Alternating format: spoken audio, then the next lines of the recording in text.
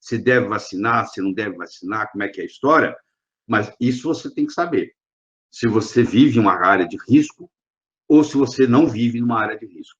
A pergunta é, em que regiões do mundo a febre amarela está presente? A febre amarela, hoje, no mundo de hoje, ela é endêmica.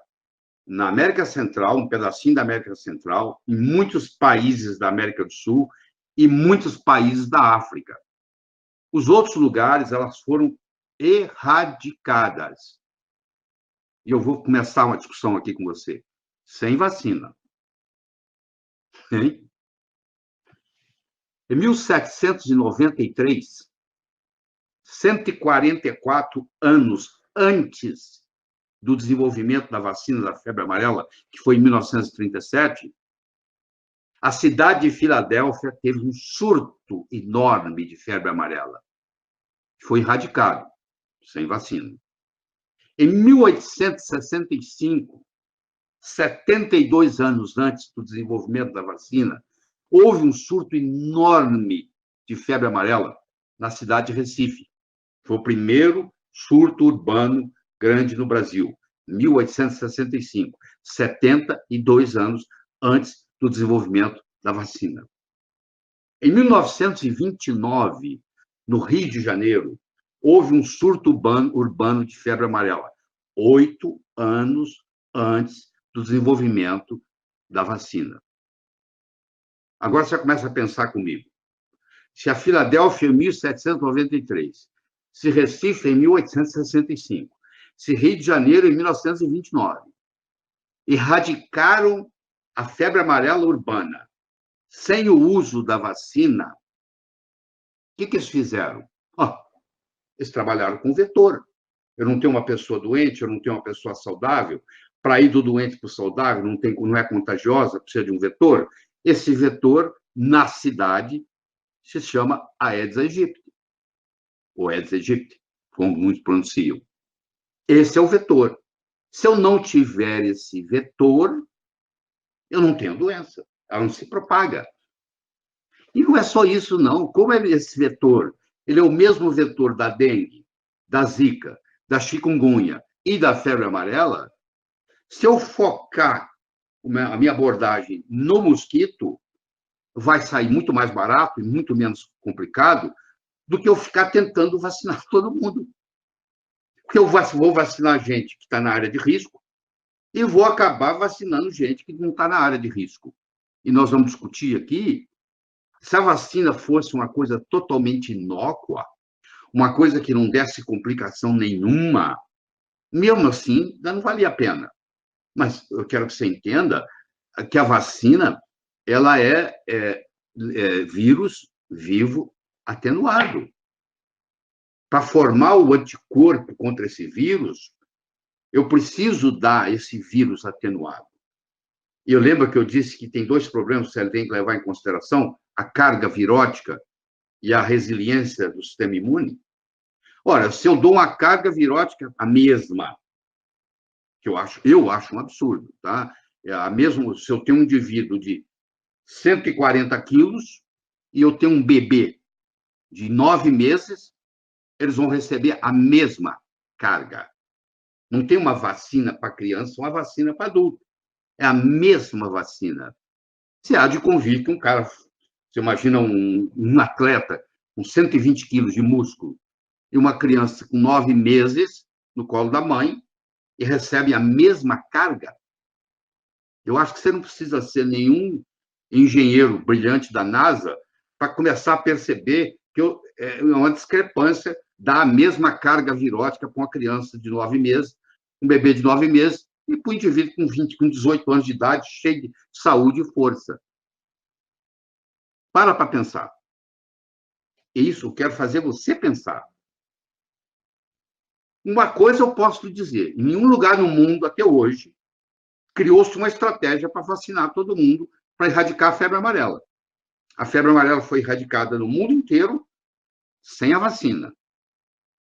Agora, nós temos que discutir, e isso transcende a medicina, isso chama pensar de uma forma sistêmica, e eu sei que muitos de vocês que estão me assistindo aqui têm esse mesmo pensamento que eu tenho, Porque é fácil colocar todo mundo, vamos vacinar, vamos vacinar, vamos vacinar. A empolgação da vacina, a pessoa não para pensar. Mas peraí. Primeiro que eu não vou conseguir vacinar todo mundo. Tem muita gente também assistindo aqui que vai dizer, eu não quero a vacina. Quer dizer, se eu tenho uma estratégia que para eu erradicar ou não deixar vir para a cidade, para o urbano, eu vou vacinar todo mundo, primeiro que pelo menos uns 30% vão dizer, não, eu não quero. Tem gente aí que pensa que a vacina é até coisa do diabo. Não quero. Você entendeu? Então, essa estratégia, o final dela não vai ser feliz. A história vai contar isso, nós vamos assistir. Mas a história é outra coisa. O que interessa é você. Você que tem que se educar com você mesmo, como é que acontece. O que eu vou te dar aqui são os componentes do pensamento para você chegar à sua conclusão. O que você vai fazer com você, o que você vai fazer com a sua família. Essa decisão é sua, ninguém tira ela de você. Certo? Porque não é uma vacina obrigatória. Então, você vai ter que decidir como é que faz.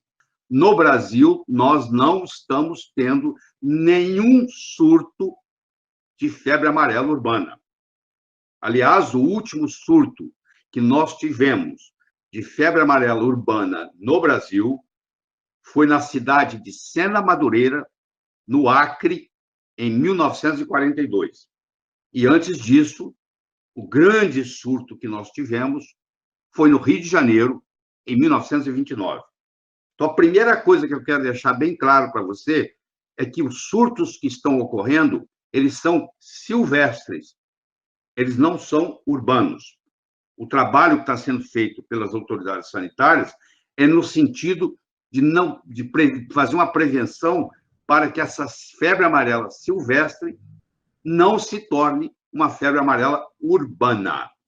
Isso vai mostrar muito para você. Eu daqui um pouquinho vou poder discutir com você, se não agora, as características do mosquito. O mosquito que transmite a febre amarela silvestre tem duas famílias. Uma é o Haemococcus e o outro é o Sabetes. O Haemococcus tem várias espécies. As que predominam no Brasil, principalmente, são a Leucocelenos, que é uma das espécies, e a outra espécie chama Giantinomis, que é o mais comum na Amazônia. Então, essas são as duas espécies. E o Sabetes tem também uma espécie que está aqui no Brasil, que é uma espécie que transmite mais ou menos igual ao Haemococcus. Então, nós temos o Haemococcus e temos o Sabetes, que são duas famílias, dois gêneros que transmitem. Vamos pegar o que eles pegaram aqui no Parque do Anhanguera, em São Paulo, que é o Leucocelenos, que é o Haemococcus leucocelenos. Vamos estudar as características dele. Ele tem 0,4 centímetro. Ele tem menos de meio centímetro de ponta a ponta, contando tudo. Esse mosquito, ele vive na copa das árvores. Ele tem uma autonomia de voo, você imagina um mosquitinho daquele tamanho, o quanto que ele tem de combustível para voar, né? Porque você tem uma autonomia, você põe gasolina no seu carro, quantos quilômetros você pode andar? Você põe no seu avião, quanto você pode andar? Bom, eles também têm uma autonomia de voo. E a autonomia de voo de um mosquito desse não chega a 2 horas. E agora você deve estar curioso em saber o quanto que ele voa de velocidade. 1,5 km por hora. Então, um mosquito que sai da copa da árvore para passear, ele pode chegar no máximo a 3 quilômetros dali. Então, aí você já começa a ver que se você vive para mais de 3 quilômetros de uma mata, e se você não vai lá fazer trilha, e se você não vai lá pescar, se você não vai lá caçar, esse mosquito não vai sair lá da mata e chegar à sua casa. Esse risco não existe. Você tem que estar em volta de mata. Você tem que estar na beira da mata, 2, 3 quilômetros da superfície da mata, da periferia da mata. Isso é muito importante. Por outro lado, a febre amarela urbana, que não existe no Brasil desde 1942, em Sena Madureira, no Acre, ela já é, o vetor dela já é outro mosquito, que é o Aedes aegypti, que o brasileiro chama de Aedes aegypti. Também está bom. eu vou chamar de Aedes aegypti aqui, mas os dois nomes estão certos, que é já o mesmo mosquito que da dengue, da zika e da chikungunya, e agora da febre amarela. Então, você vê que se você tratar, se você erradicar o Aedes aegypti, você mata 4 doenças com uma paulada só.